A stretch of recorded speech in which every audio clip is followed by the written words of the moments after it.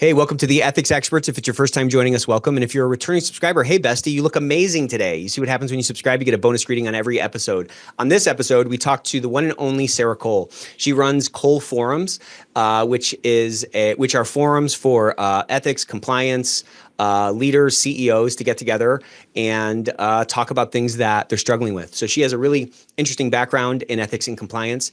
And we talk a lot about how authenticity can drive more impact in our organization. So I hope you enjoy. Welcome to the Ethics Experts, where we're elevating ethics and compliance and HR to the strategic level it's supposed to be. How are you doing? How's your neck? It's good. It's good. Look at this mobility I got. I'm getting back to normal here.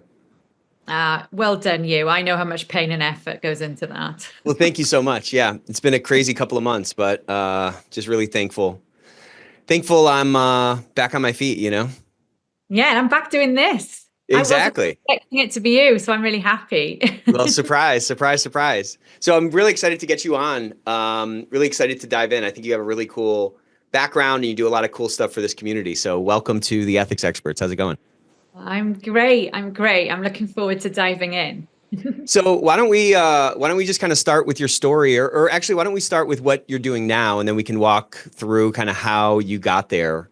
So talk to me a little bit about what you're working on right now.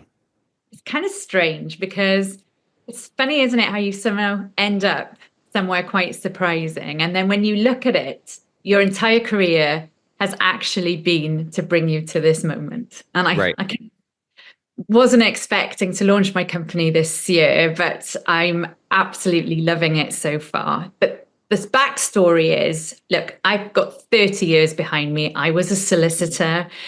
I was an events director. I did ethical sort of support for companies, whether that was educational training or specialist advice on operationalizing values. Mm-hmm. And then I ended up in a risk advisor role for a consultancy. So yeah, I feel like I've had a few lifetimes already. But the thing that united all of them was experiencing firsthand, I guess, what it is like to have power from bringing people together, and like-minded people even more so. And we see this in the ethics community all of the time. But I wanted to do it so that CEOs, general counsel, chief ethics and compliance officers were supported by their peers in small, intimate, confidential groups. So that's what my mission is. I want to bring the magic that happens when you bring a small community like that together to support one another. Because the uniform thing that I've heard for the last 30 years is it's really tough at the top. Leadership is challenging and it's not getting any easier. And really the only people who understand are other people doing the same thing. So that's what I want to do. I want to change where we're at, particularly in the UK. I think there aren't really many forums like this. So I'm excited to get going. So tell me about the first forum, or tell me about like the idea of the forums, because I think what you're talking about is totally spot on. You know, it's almost like a support group for ethical leaders. But what made you do that first one, or what was that first one like? Because what it is now, obviously, at some point it didn't exist. Now it exists. So I want to hear about that kind of the birthing of this idea. The journey. Yeah. So kind of a culmination of things. So having done big events, 400 people plus, 150 speakers, and then really right down to the workshop level, I really think there is value in every forum, don't get me wrong. But the real value for the attendees is when it's an intimate, small, confidential space where they can really just be vulnerable, be themselves, be authentic, and not worry about an open door situation. And I think that sort of started to form in my mind really back in, 2004 when I first started doing events. I noticed that. And then when I was asked by my last consultancy company to drive relationships for them, I thought, well, hold on, how can I give value to my network? It's a huge network. It's one I've built for many, many years, lots of friends and colleagues. And I wanted to give them value. I didn't want to do any hard sell or anything. It's not who I am. And I thought, right, I'll bring them together to listen to an exciting speaker. That's how it started. And of course, the speakers were amazing in those small groups. I was very fortunate. I had the likes of Richard Bistrong and Bill Browder, Alan Rusbridger, and Martin Wolf, who's the chief economist for the Financial Times. Just really exciting forums. But you know, the real value came from the conversation afterwards with one another. Right. I was like, hey, this is cool. This is really magical. People were buzzing after those meetings. They couldn't wait to stay in touch. They wanted one another's emails. And I know that they've formed alliances around ethical comparisons and working together and collaborating on things after those small meetings that we had. So yeah, that's what fired me up. I want to do more of that. Do you think it is a unique thing? Like, do you think our industry is a unique one in terms of like that vibe in those forums? What I'm asking is, I've worked in a lot of different industries, and I have found this one to be highly collegial. And I've seen the same thing when there's a workshop at a conference or something. It seems like the people in this space are just so hungry for that connection. They're hungry for, knowledge, support. You know what I'm saying? Like, I always say you get no bonus points in life for reinventing the wheel. And these forums allow for that sort of cross-pollination from other people who have maybe dealt with the problem that like you've dealt with. And I just find this industry to be so collegial, and people are so willing to share and so forth. So I'd love to talk a little bit about that. Like, why do you think that is? Why is this industry so ripe for these kinds of forums, maybe more so than other industries? So I think it's because this industry, in terms of the ethical community, has been really focused on culture for a long time, because it's long since been recognized by this community that trust, authenticity, purpose, culture actually elevates behaviors. And that's what we're all doing in this space. We're trying to elevate behaviors so that people do the right thing. And I think because we're so hyper-focused on that goal, we've all sort of taken note of the drivers that get us to that culture that we're all seeking, like the Holy Grail. And what I want to do is bring that knowledge and the cultural know-how, if you like, to other industry sectors as well, through the CEO and the GC communities.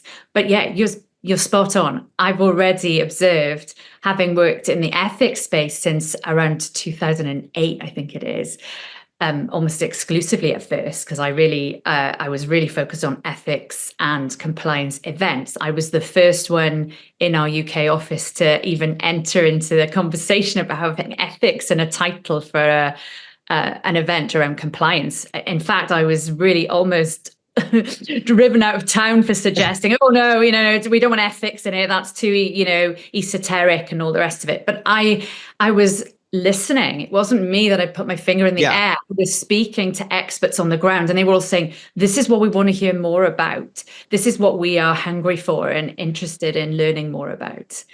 So I feel like that journey, particularly in Europe and the UK, because obviously that's where most of my events have been focused, I've just seen it exponentially grow, the awareness around the importance of culture. But we still have it feels like we still have a long way to go, though. Like, it still feels like leadership, GC, executives, it seems like the level of passion or the level of belief that this stuff we're talking about actually matters and actually drives what they care most about, which is the bottom line, I think. There's still like a disconnect in that realm. Would you agree with that? So why are boots on the ground so passionate? Hey, we want to hear more about this. We believe that ethical culture drives the right behavior. It drives more quality in the organization. The compliance function is an enabler, right? This is kind of the thesis for those of us in the industry. And then the view, though, from bosses, quote unquote, seems to be a little bit different. And I've been surprised as I've been in this industry, because to me it's so clear, but like as I've been in this industry, I've been surprised at how slow moving it is, or how long it's taking to like turn those light bulbs on at the top. I agree. And it's a constant source of amazement to me. We have data, we have hard data, right, that investing in culture and ethical behavior, improving ethical behavior. We know that's linked to the metrics they're looking at, right? The bottom line, talent acquisition and retention, innovation, all the things they say they want. And we've had that data for a really long time. I mean, the Howe report, which was around when I first started at LRN, that I think it was 2006. So, sometime there's been empirical data around this. And that's not an isolated report. There are many. Right. But it's still perceived at board level and CEOs that I'm speaking with at a kind of like a soft thing that, it's nice to have. They don't seem to be linking the hard data that we're aware of with, and is it an education thing? I sincerely doubt it. I think we've all been banging this drum for some time.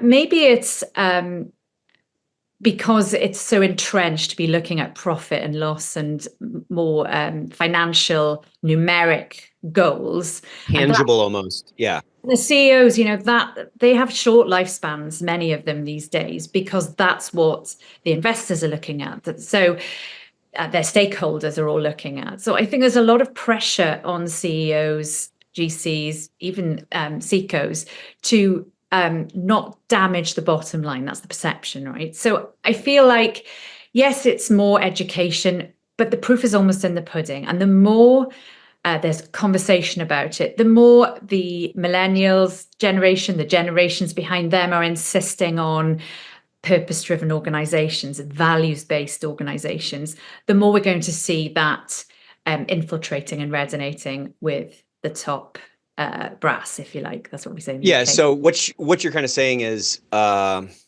millennials and those younger, let's say just for shorthand, millennials and those younger, we get it. So we just have to kind of wait until mostly, yeah. But we just have to wait till those folks kind of ascend to more positions of power for those light bulbs to be on. That's kind of what you're saying. It will be more accelerated than that because the pressure from the organization wants to retain employees. I'm hearing this is one of the hot topics that I hear. There's geopolitics and then there's talent retention because there is a real need for skills in a certain, say, tech area or with AI infiltrating every part of operational monitoring, data analytics, the lot.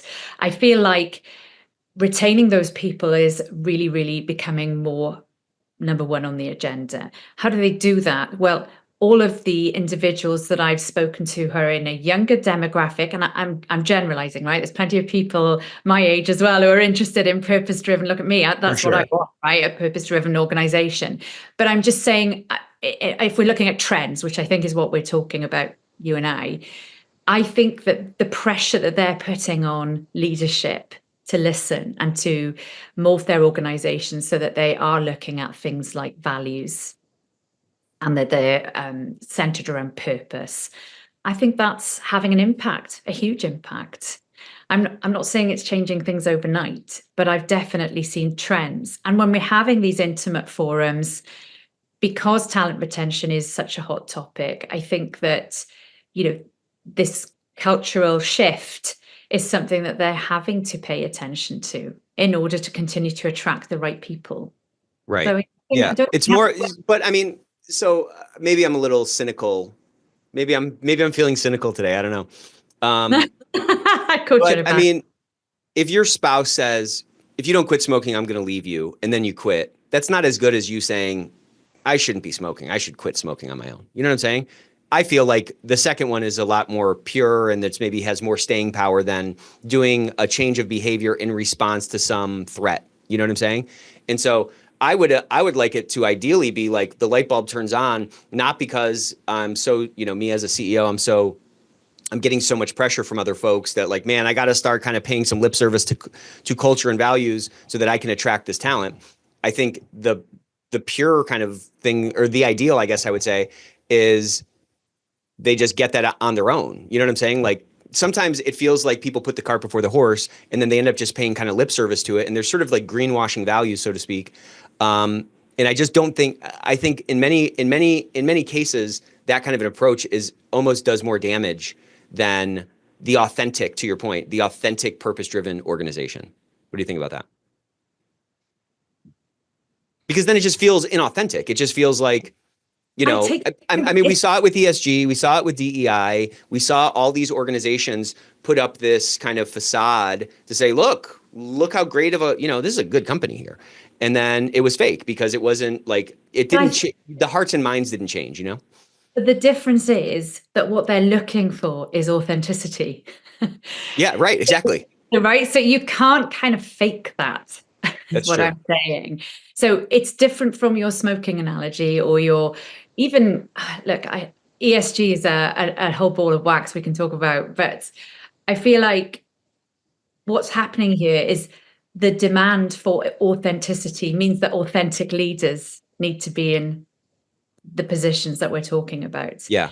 So, and that's not something you can fake, in my opinion. That's true. So no, that's good. I feel like the values-based leadership is something that the people who are certainly in the forums that I've been chatting with in these small group intimate settings, they are seeking it. They're avid readers. They're trying to learn what they can do to empower their employees or to make their employees feel more empowered in how they run the business or how they grow the business.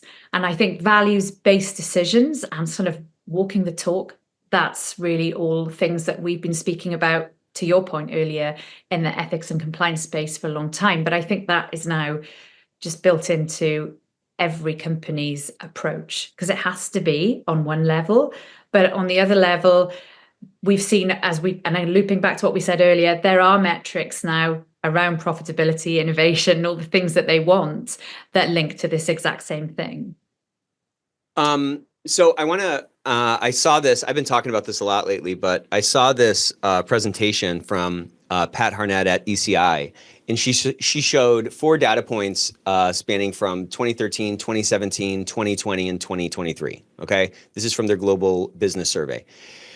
And the question was, do you agree or disagree to this statement? The statement being, I work in an ethical organization. And the numbers, the percentage responses in 2013 was 61%, 2017, 60%, 2020, 61%, and 2023, 60%. So it went 61, 60, 61, 60 over 10 plus years. So I would just love your reaction to that, because when I was in the room and she put that slide up and she explained it, I could feel the energy in the room kind of come down. Everyone, it was almost like a depressing slide where people are like, man, I've been trying for the last 10 years. It felt like this, people felt disheartened by that, because there's all this writing and there's all this thought leadership and there's all these books and there's all these efforts that ethics and compliance teams have, and new techniques that ethics and compliance teams have tried to utilize over the last 10 years to, obviously we want that to be 100%, right? But it stayed totally flat. So what do you think about that? Because I'd love to just kind of chew on that for a couple of minutes. Yeah, sure. I'm not massively surprised. And look, this is based on Sarah Cole's collating, I don't know how many hundreds. Yeah, the world according to Sarah. Yeah. But I think that our definition of ethics, our expectation around ethics has changed in the last 10 years. Interesting. So what I would have thought about my organization, my expectation around their ethical standards 10 years ago, I think would be somewhat lower than my expectation today. So it's such a subjective topic. Good point. And I think that I'm actually heartened by that, because I think that probably, if it was measured against our ethical opinions and standards 10 years ago, would show an incline. That's what I honestly believe. I see what you're saying. Yeah, because in that, to your point, in that graph, there's sort of like an implicit assumption that the standard of the respondents remains constant. And to your point, if that is going up over time and that line is staying flat, then if we had sort of held constant that initial expectation, then that line would have a steeper slope. That's kind of the point. That's to my point of what I was talking about for the last few minutes, is expectations are going like that, which is great, because it's driving organizations to do better, in my opinion. And we can chew on whether that ethical definition has changed, but that's my initial impression. I think surveys are incredibly important, and I've come from an organization that really valued them, but their metrics were much deeper. They were sort of more, if you like, not black and white. And I think it's really important to understand the context always when you're doing these. I mean, they're great. That data's great, but it could be misleading, I think. Yeah, that's a good point. Maybe I'm an optimist, Nick. Well, I love that about you. That you're famous for your optimism, Sarah.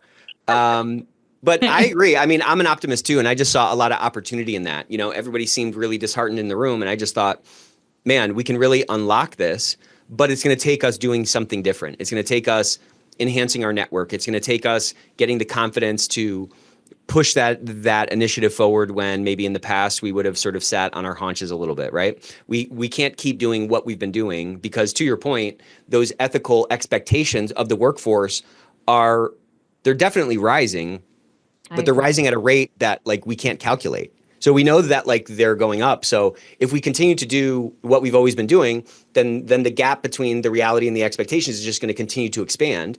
So we have to do more things. We have to do interesting things to kind of break that sort of status quo effect where, I mean, many times people in this job or in this industry, I find, and I'd love to hear you, kind of reflect on this. I think they get to this tipping point of where, just to use shorthand, where it seems like they start to believe that they're a cost center. They start to believe that the things that they are doing do not move the needle. And I've just seen people get to this tipping point, and then the mode that they're in is very keep the train on the tracks. If you compare that to someone who's young and new coming in maybe to their first chief ethics and compliance officer job, where the world is their oyster and they have all this vision and they have all these ideas of changes that they want to make to push that culture forward.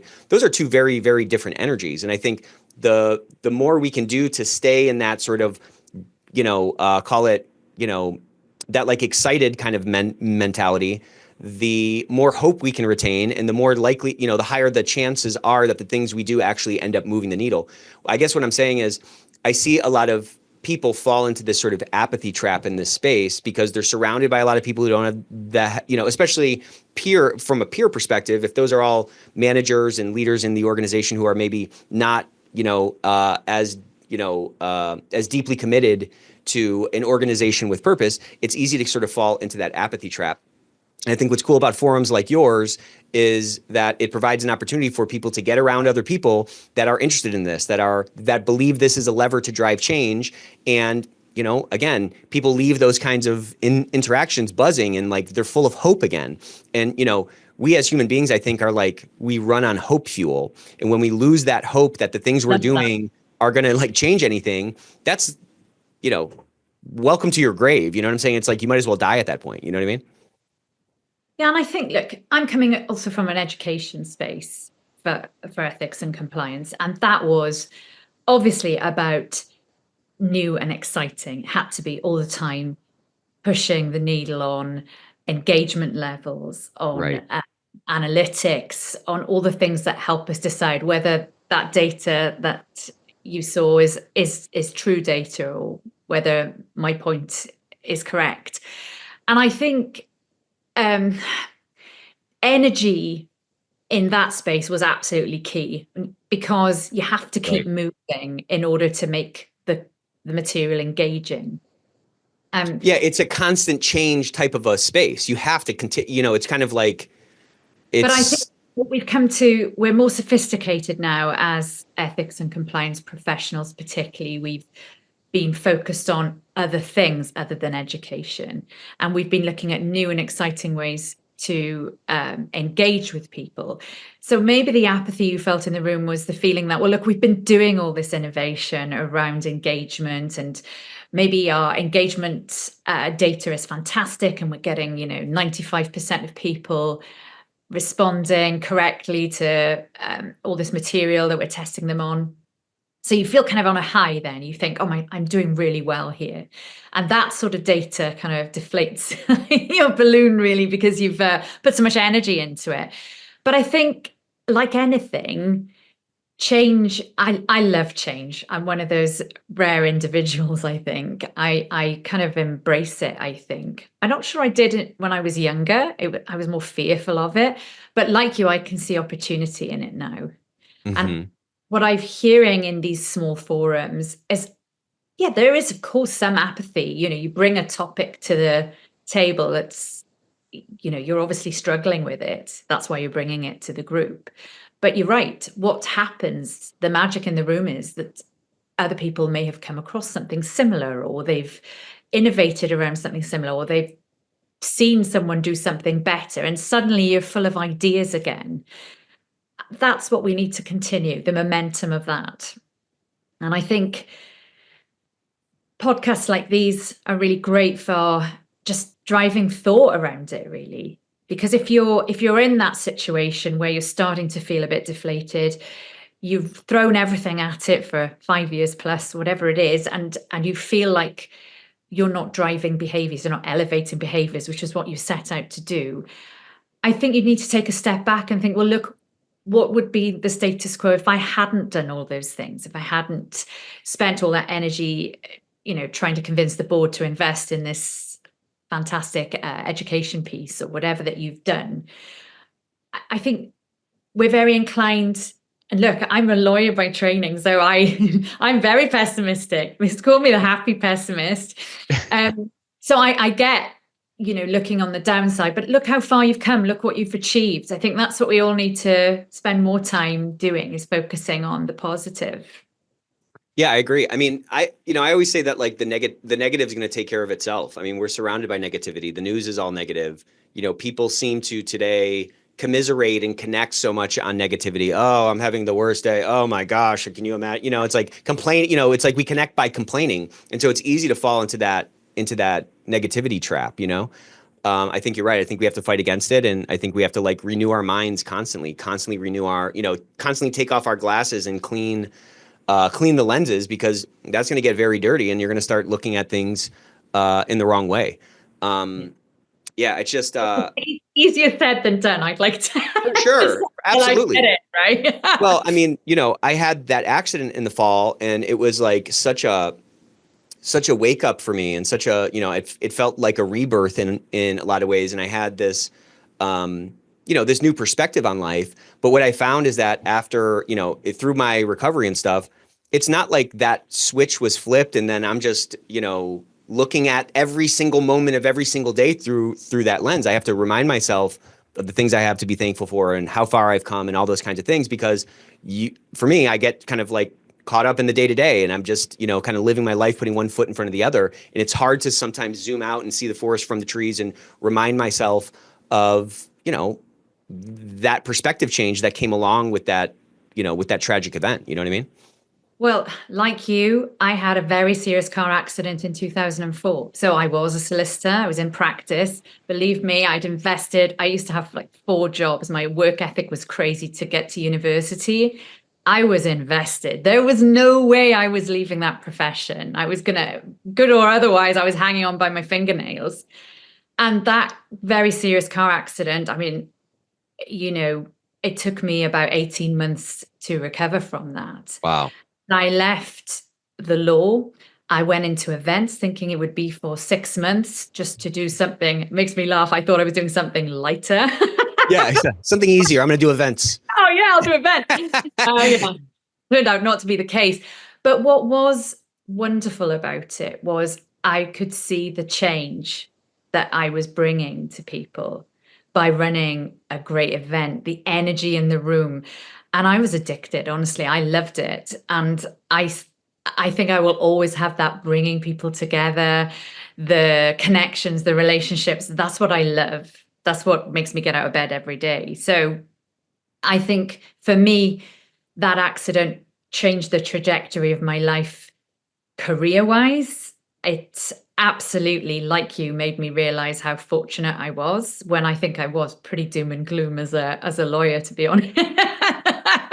I mean, maybe my colleagues around then would disagree, but I totally, now looking back, hindsight's a wonderful thing. And I think if I could just take myself to one side then when I was feeling really blue about having left the law and having been forced into this situation. Wow, has it opened some doors for me to go in a completely different, way more exciting for me. Not everyone's cup of tea being in the law. And it gave me a wonderful foundation, a knowledge foundation, which has really helped me. But yeah, it's definitely made me more positive, and my zest for life is definitely higher. Great to be alive still. So crazy. Like if you would have left 5 minutes later that day, we probably wouldn't be having this conversation because you wouldn't have gotten in the accident. You wouldn't have gone into events and you wouldn't have gotten addicted to that like dopamine hit that comes from, man, I put on a great event and look at the energy in the room and look at all the smiles and look at all the connections that are happening. Like it's so crazy. It's so crazy. There really is like a silver lining in everything, Absolutely. And I think, and it's the same. Let's just circle back to what we're trying to achieve here. We're trying to inspire people to, I think, continue with the momentum they already have in their role. And it's so easy to be jaded and, maybe leadership just aren't buying into your thoughts on it. The frustration I've heard over the years, help me persuade my board that this is a great idea. That this matters. Yeah. That this is important.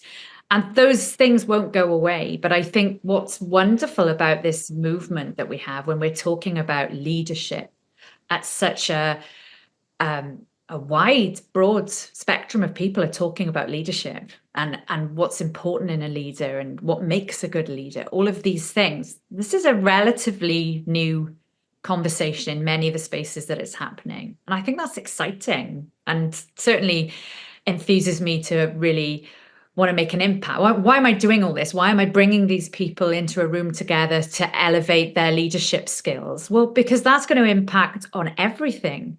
If I'm in a multinational and I'm completely inspired to do better as a leader and I'm far more values-based in my approach and I really understand what my employees want, then I'm going to have a better growth company. I'm going to incite investment into my company more, and that's going to impact on how we all live our lives.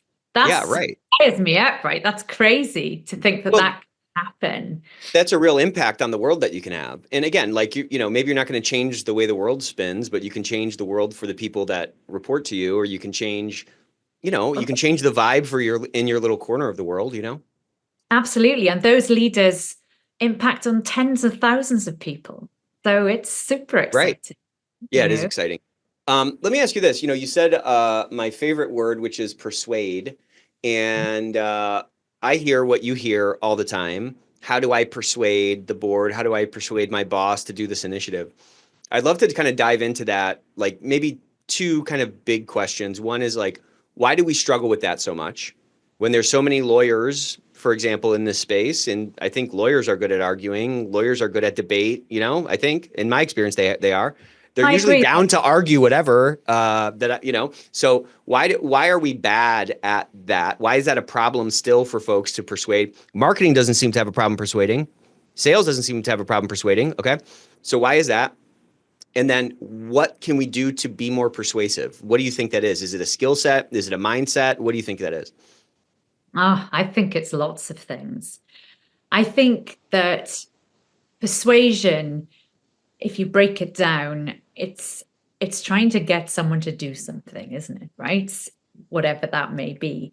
And lawyers are great at, look, training as a lawyer is actually, you're not supposed to persuade anyone to any particular point of view. You're supposed I guess I've never been to law school, so. All right, you lay out the options. You may then be, which one would you advise? And then you balance up the pros and the cons, but you still recite them to the client, and the client should be driving that decision, really.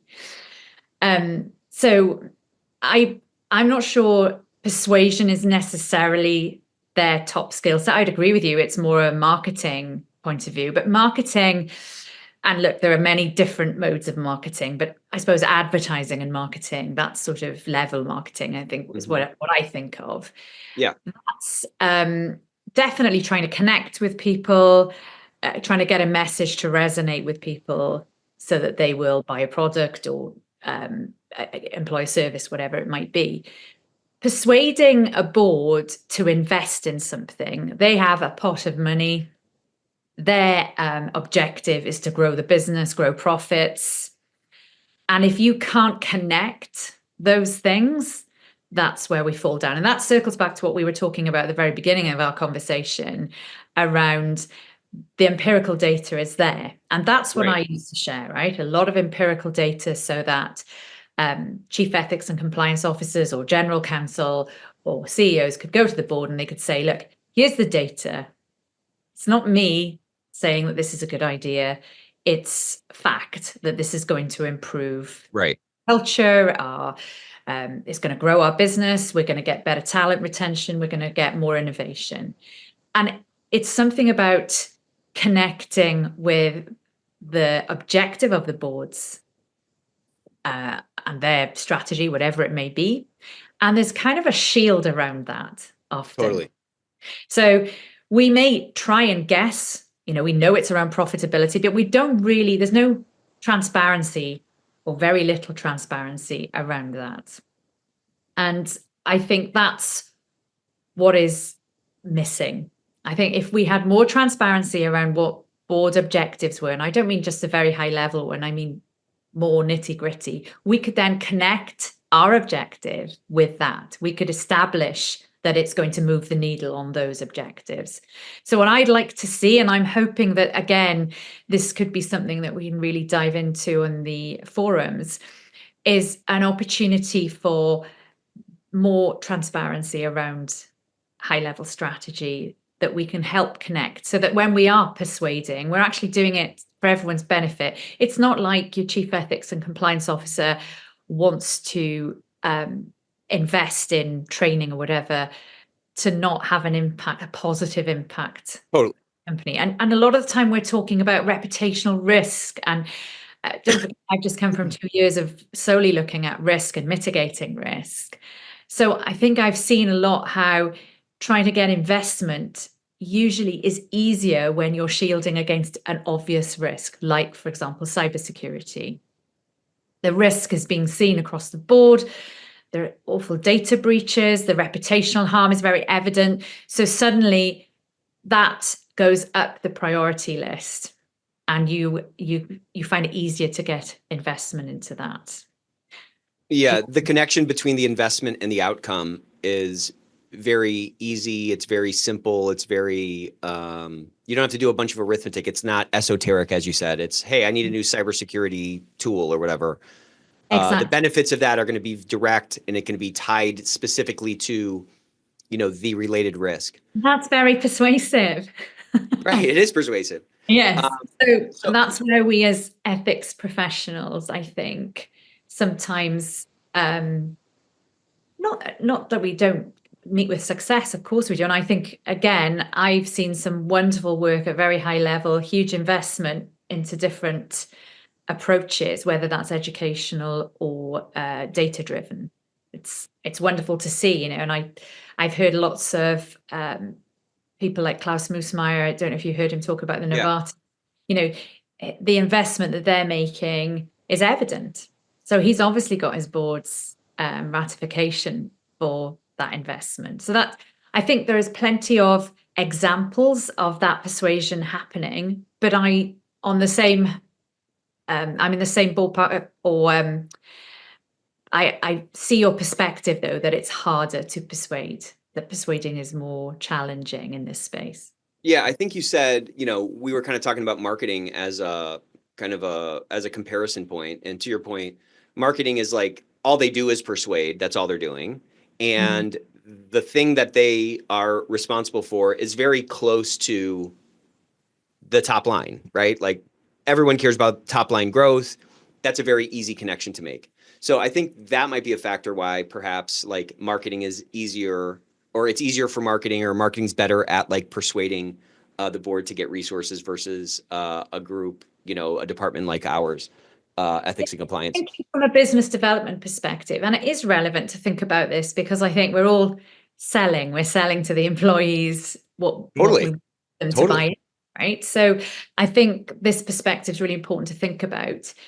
And what I would say is that inbound leads for example, is a topic that most marketing teams or business development teams will talk about a lot because they're the most valuable. They're the most likely to translate into a purchase because somebody is looking and therefore they want something. And that's why when they come in and try and find something on the website or wherever it might be, they're more valuable than when we just push information out into the ether and hope for the best. Yeah.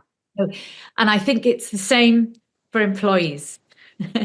If they're seeking, whether that's education on something or clarification on something, they're already more engaged than if you're just pushing out that regular training that people groan when it comes. And, no matter how engaging you think you've made it, there just doesn't seem to be the excitement that you want around it, And I've seen some wonderful trainings go out, usually really impactful in some way, some exciting hook, whether that's, I don't know, a surprising celebrity doing it, or whether there is, it's much shorter, or whether there's an opportunity to actually train out of part of it so that you don't have to do it.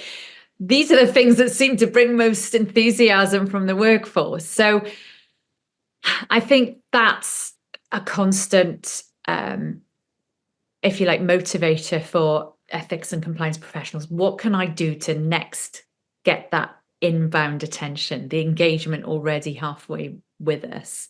And I could not agree more. We need to be marketers, to the extent that marketers are masters of influence, masters of persuasion. We need to have that skill because, to your point, to the extent we're trying to change behaviors, we have to influence the hearts and minds, which means we have to put out content that resonates, that has a higher likelihood of, changing those behaviors. I mean, to me, that is like the skill for us to have in this next chapter that it seems like we're kind of stepping into, this new era. I think if we're not building our persuasion muscles, if we're not trying to be marketers, then we're going to continue to fall flat when we go to the board. We're going to continue to fall flat when we push out some content to the workforce, whether it's training or a policy or a new initiative, whatever. We're going to continue to fall flat if we keep doing things, back to what I was saying before. If we keep kind of doing things the way we've been doing them, we're never going to come unstuck. And it's one of my favorite sentences, that, by the way. Is it? Oh, thank you. We always do what we've always done. We'll always get what we've always got. That's right. But this new era, to your point, I think it's about authenticity. I agree. I think it's about being honest. The world is not a perfect place. Right. And I think it's fine to acknowledge that. It's fine to be authentic and honest about that, because that builds trust. Yeah, and it's also easier. It's actually easier to be authentic. You know what I'm saying? If you can get over the comfort of it, it's just easier. You don't have to do the facade. You don't have to, measure all of your words. You don't have to try to hide things. It is what it is. And I think, to your point, I'll speak for myself. I sure resonate more with someone who's like honest and transparent, because, to your point, I know the world's not perfect. I know the best laid plans of mice and men often go awry. I know that things never really go according to plan. And I think what I'm latching onto, or what I'm attracted to, is not that there's nothing that goes wrong, but rather that there is an authentic push to fix whatever is wrong.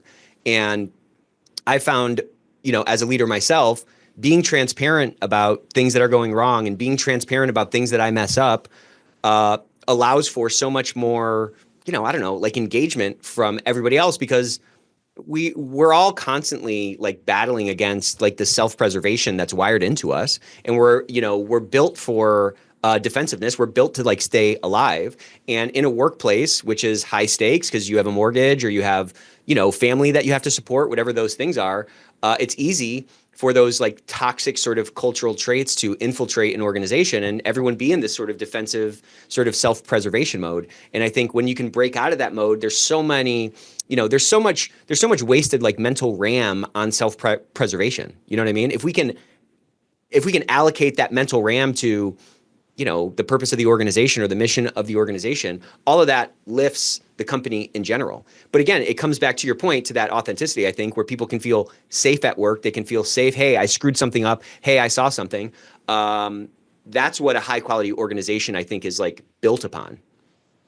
I mean, I've written about retaliation. And I've spoken about retaliation. It's something I've been a victim of myself. And I think that's a great example of how it's very easy to not feel safe Mm-hmm. I think for your high performing team that you want, you need to have a skill set, and that's coming back to retention and having a purpose-led, value-led organization. But it's more than that. I think to feel safe, you need trust. And I think to build trust, you need that authenticity.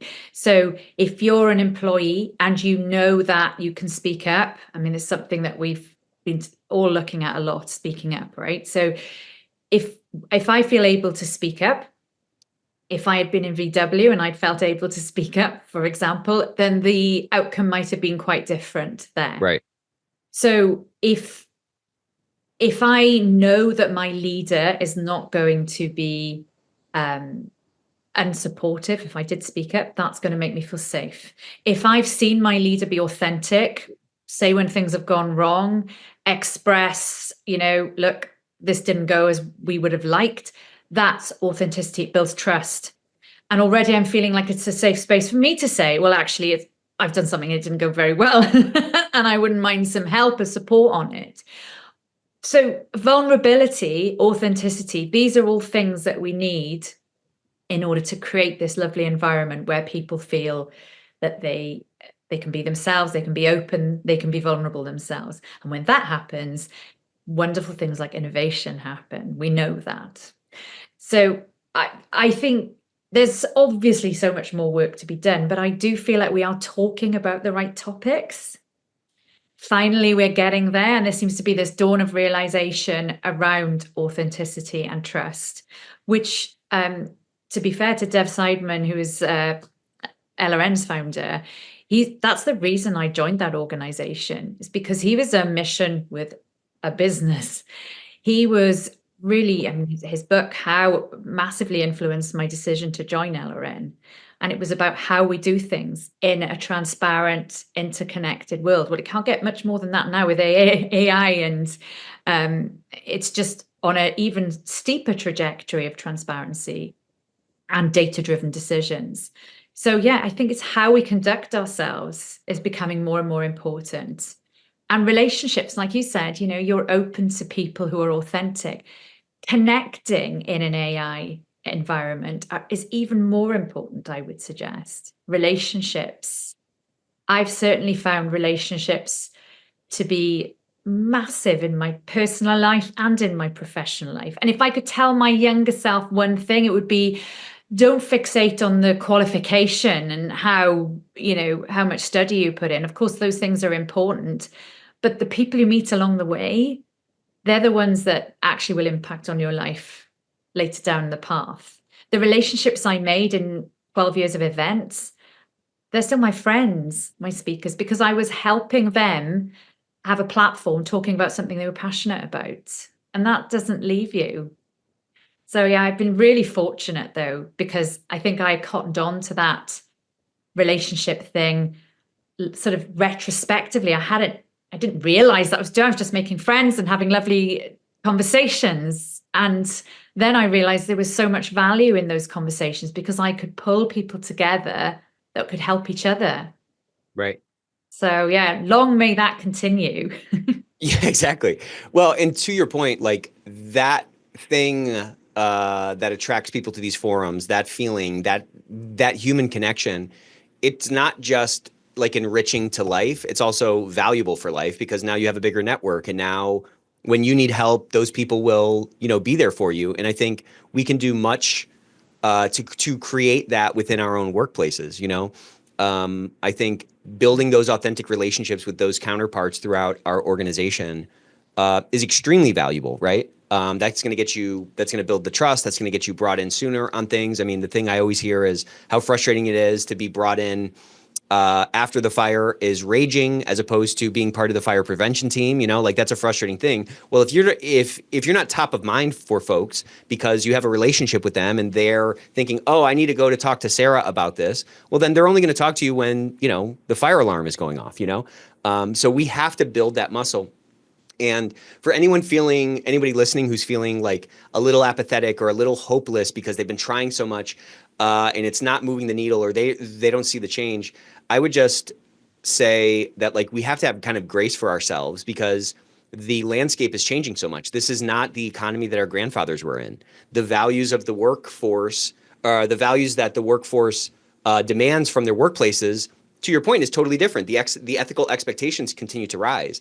And so in some level, to the extent that we've moved from sort of an industrial economy, that kind of dominated the 1900s, to this sort of knowledge work economy now, it's a new skill set that organizations need to build, and it's a new skill set that we have to build. It's focused on authenticity. Of course, we need to know our regulations. Of course, we need to have our controls in place so that we don't subject our organization to undue risk. But if we're going to move from like a defensive position to an offensive position, one that is enhancing the business, that's adding to the bottom line, to your point, I think we have to do things a little bit differently, and I think we have to maintain the right mindset and not fall into that apathy trap. And I think a way to maintain that hope is to recognize, sometimes like, if you're hiking and you're hiking a mountain, you're like, your eyes are on the path and you're like looking down and, it's steep and your legs are hurting. Sometimes you don't feel like you're making a lot of progress until you stop and you pick your head up and you look at like the new vista that you have. And so I think we need to recognize that progression in our own lives, in our own skill sets, so that we can keep that momentum moving forward. Because like, to your point, the worst thing we can do is say, yeah, this stuff doesn't matter. Like when we start to think it doesn't matter, we're never going to be able to convince anybody else who doesn't have that light bulb turned on that it matters. I love that analogy of looking up. And that's what I was saying earlier. Let's just take a step back and see what we have achieved. Exactly. I know we've been working our asses off, so I'm pretty sure there's been a lot of stuff that's been achieved. And the other thing I wanted to mention was empathy. And I think this is something I've noticed it's creeping into conversations I'm really happy about, because I'm a huge empath, and sometimes to my detriment, but more often than not, I found it incredibly useful and valuable, because if you're able to empathize and understand where your employees are coming from, have those conversations, even if they're a bit raw and actually they're not what you want to hear, they're so insightful. They'll give you so much information about what could be done better. Right. And if your employee, as we've said, is comfortable in that space, having that conversation with you, you have the relationship, then all the better. And I think another thing, look, I have a 14-year-old daughter. If she's not on her tablet, she's on her phone. I feel like, there's just a transition from one to the other. So that's something that could be lost, I think, with a generation that's coming up, that relationship and connectivity that we have, the connections that we make as human beings. And I think in a world that's going to be so transformed by AI, that's absolutely critical that we continue to emphasize the importance of relationships, of connecting with people. Yeah, it's going to be a critical skill, I think. 100%. And I think it already is a critical skill. It's certainly one that I can see great leaders can really connect with people quickly.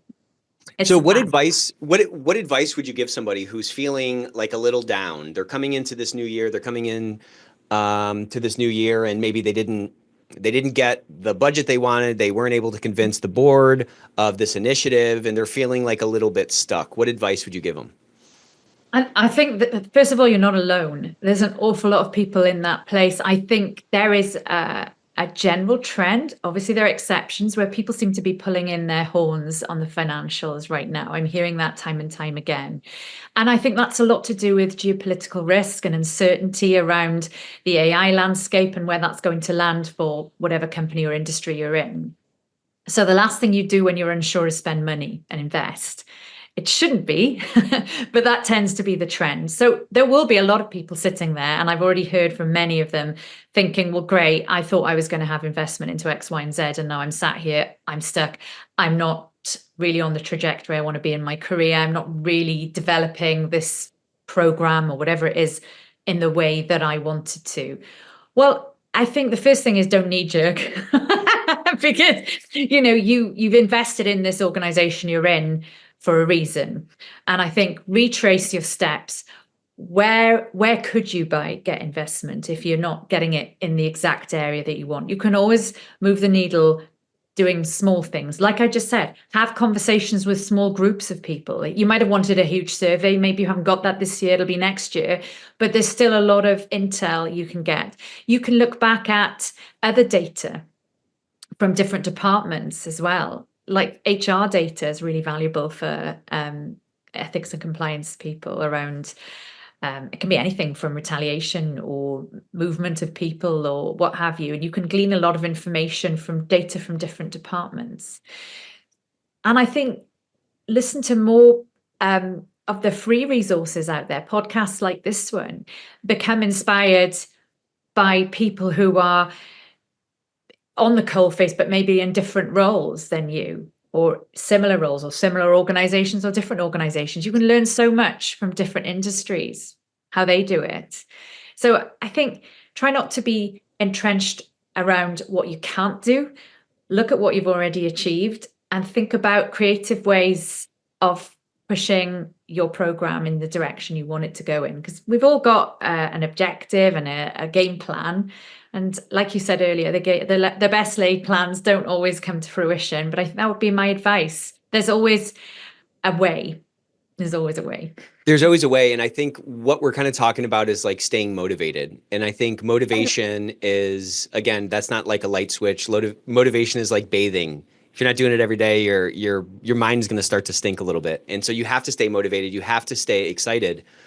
Because if you're going to persuade anybody, that's going to be a transfer of that emotion that you have, that passion that you have. And if that light dims. That's a huge one. If we're feeling really low, think about what will make you feel good. Totally. As you, not in the program or in your organization, and really focus on you. I mean, that's a lot to do with, we look at business, family, and personal in the forums, because we 100% know that if a person isn't fully firing on all cylinders, 99% of the time, it's nothing to do with work. It's actually personal life or family life or health. I've had some horrible conversations from people who are going through really difficult times with their health. And I've been able to connect them with other people who've overcome those issues. Right. And then they get that hope again. Right. Yes, absolutely. Because when you were there in your hospital bed feeling like the world was coming to an end, having conversations with people who've come out the other side, it is inspiring. And it's exactly the same in any walk of life. It's so true. All fighting our own battles. So yeah, connect with others. Join a peer support group. That's the advice I'd give. Or come to a Cole forum, So Cole Forum, we didn't get to talk about Integrity First Coaching, but that's your other business as well. So I know we're coming to the end of our time here. So I would tell everyone to follow Sarah on LinkedIn, check her out, check out her Cole Forums, check out Integrity First Coaching. You're such a bright light in this space, and I'm just so happy to get you on. You definitely lived up to my high expectations, so I appreciate you so much, Sarah. Nick, it was a pleasure talking to you, as I knew it would be. Always fun. So thank Absolutely. you very much for having me. I've enjoyed. So I also wanted to mention, Nick, that I'm actually running my own podcast. It's called Insights from the Coal Face, the coal. Cool. I love it. And it's about leadership and elevating leadership beyond the boardroom. So cool. Yeah, jump on my website and you can log on to that as well. Well, congratulations. That's a very exciting thing to launch. It's just been a lot of fun. It's been great to have you on, and I just appreciate you joining us today. I've loved it. All right. Thanks. Have a great day. I'll see you soon.